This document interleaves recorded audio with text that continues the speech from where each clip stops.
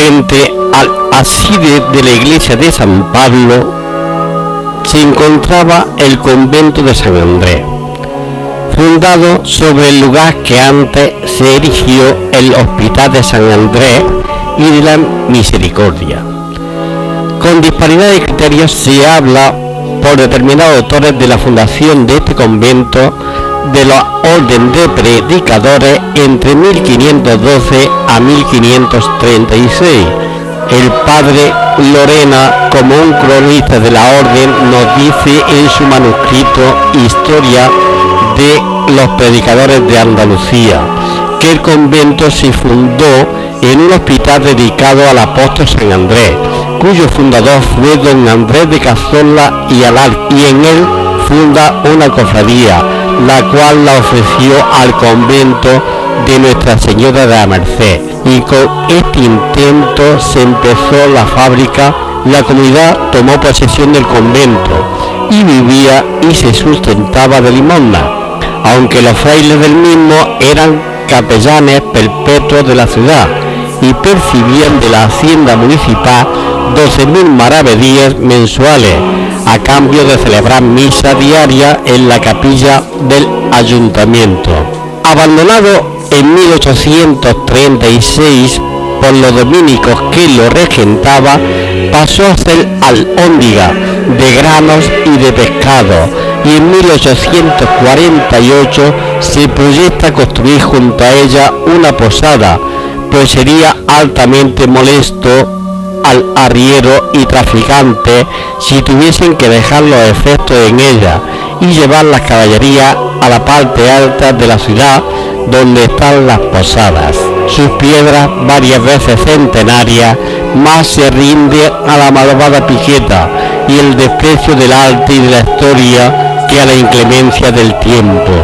En un patrón de vecinos de la parroquia de Santo Tomás aparece en este convento 5 religiosos de misa, 2 legos y un mozo, y en 1875 se establece en este sitio el cuartel de la Remonta. Después, a mediados del siglo XX y desaparecida la mayor parte de su fábrica, se instaló en su solar un cine de verano, que desapareció a su vez con una manzana de casas del mismo tipo que las que actualmente conforman la plaza. Aquel viejo convento, que estaba convertido en un solar, había tenido su última actividad, el servir de improvisado cine de verano. Y en el tercer tercio del siglo XX se procedió a la demolición del antiguo convento, que había sido cedido al Ministerio de Educación Nacional para edificar la Escuela de Maestría Industrial, siendo en la actualidad un instituto de estudios secundarios bajo la denominación de Francisco de los Cobos. Aún conserva este edificio una portada renacentista del viejo convento, situada en el callejón de los frailes, esta que estamos viendo. El exterior debió ser austero, con una portada sencilla como la de los otros conventos de la época, aún conservados, como San Antonio de Baeza. Para la reconstrucción que estamos viendo se ha utilizado una propuesta simplificada de la fachada lateral de San Andrés, eliminando los elementos propios del barroco. Ahora vamos a hablar un poco del interior, aunque no podemos ver nada, pero en fin, intentaremos explicar cómo era, y podemos conocerlo gracias a este plano que estamos viendo, realizado en el siglo pasado, al compás de la adaptación de la primitiva fábrica como posada y alhóndiga. Se aprecia en el templo que era de una sola nave, en planta de cruz, cabecera plana y capillas laterales, con una de grandes proporciones al lado de la epístola. Era una iglesia muy espaciosa y capaz, con capillas y altares en sus naves. Las capillas que conocemos son las siguientes: la capilla del Dulce Nombre. Son 2 las intervenciones documentadas, una en pintura y otra en platería. El 12 de febrero de 1621, Juan Esteban de Medina se compromete a la realización de unos frescos y dorados de otras partes de la capilla. En concreto, refrescar todo lo que tiene pintado salvo el techo de arriba, que se ha de quedar como está, y las columnas de la capilla que adornan el Cristo con el pontificio de la que se ha de dorar de oro y blanco, conforme a su buena arquitectura, y refrescar el oro donde lo hay en la dicha capilla, y donde no lo hubiere ponerlo, y en los lados de dicha capilla, que encima del confesionario se ha de pintar el nacimiento de nuestro Señor y la historia de él, y encima de la puerta pequeña que entra a la capilla del licenciado Cristóbal de Guzmán se ha de pintar la historia del niño perdido, y en el arco toral de la capilla se ha de pintar conforme a lo que pidiere su buena arquitectura. La siguiente capilla es la capilla mayor. Esta se debía al patronato de Sonia Beatriz Pacheco de Benavides, y que en ella estaba enterrada. Doña Beatriz, hija de don Mendo de Benavides y de don Juana Pacheco, otorgó su herencia para que se fundara en el convento de San Andrés, así que esta capilla fue fundada en 1531.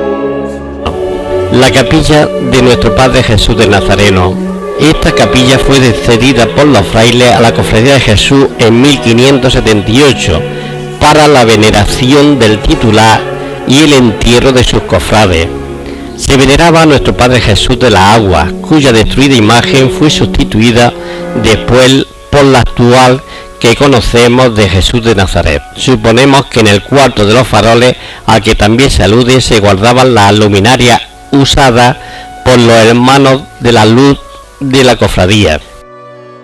Capilla de Nuestra Señora del Rosario. La capilla de Nuestra Señora del Rosario se funda y se remodela en torno a 1651, año en que el convento vende unas casas adosadas a la iglesia para así poder construirla, prolongándose la obra por varios años. Se costean con diversas ventas y donativos y se finalizan en torno a 1664.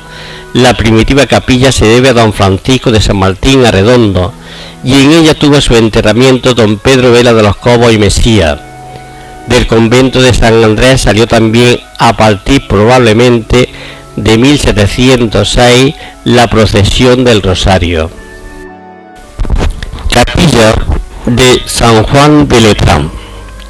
Esta se cita en 1561, propia de don Andrés Serrano y Toledo, y la vendió en 1592 al licenciado Álvaro de Alarcón. Tenía entrada por la puerta principal, frontera a la puerta que daba al mercado, y lindaba con la capilla de doña Mayor Zambrana. A su espalda se encontraba la bóveda de entierro de don Andrés Serrano de Toledo. En 1626, sin duda relacionadas, se producen dos contrataciones. Por la primera, el 21 de julio, Pedro del Cabo Hermoso y Bartolomé López se obligan a realizar unas obras de afianzamiento en la capilla San Juan y San Antón, según condiciones firmadas por Cabo. Y por la segunda, el 3 de septiembre, los mismos se obligan a destrechar y deshacer la parte de encima del coro hasta el asnado del primer arco, que confrontaba con las capillas de San Antón y de Dulce Nombre. La capilla de San Blas. Unos años más tarde, el 6 de julio de 1669, José de la Zazuelca, al firmar la construcción de una lámpara para el convento de Santa Clara, lo hace con el compromiso de que sería igual a la realizada en esta capilla. Para la capilla de San Blas, primera a la izquierda, tras franquear la puerta principal, doña María Salido de Baeza de la Melera dona en 1683 dos cuadros grandes, San Gregorio Papa y la conversión de San Pablo, y 4 pequeños, y la realización de una reja de palo con otras obras menores. Doña María de Salido era patrona de ella según testamento de 1681, con insignia y 6 nichos. Y ya por último tenemos la capilla de San Jacinto, que en Úbeda este santo tuvo mucha devoción, un santo que ha sido el consuelo de esta ciudad y que por su intercesión se han obrado muchos milagros. Tuvo otras capillas, la de Santo Domingo de Guzmán, la de San Vicente Ferrer, y altares como el de Nuestra Señora de las Nieves. La labor que hacían estos frailes en nuestra ciudad fue muy meritoria. Vivían estos gracias a las limosnas que recibían de sus predicaciones en los pueblos comarcanos y en la propia Úbeda. Y en su humanidad y humildad, los dominicos prestaban asistencia espiritual a los reos, poniéndolos de cara a Dios y dándoles cristiana sepultura, bien en el pórtico del convento o bajo los soportales de la calle Cárcel, al pie mismo de la hornacina de Nuestra Señora de Ayedra. Hoy no existe. La relación de los dominicos con los condenados pues correspondía a aquellos religiosos asistir espiritualmente a todos los desgraciados que por su mal vivir o por su inocencia indemostrable eran víctimas públicas del patíbulo, y que se levantaba, como ya sabemos, en plena plaza del mercado. Era un artefacto que imponía asco y respeto, que si bien en tiempos viejos estaba en actitud perenne, corriendo el tiempo se convirtió en un artilugio movible que se levantaba a la víspera del ajusticiamiento y se desmontaba una vez que el verdugo acababa su patética misión.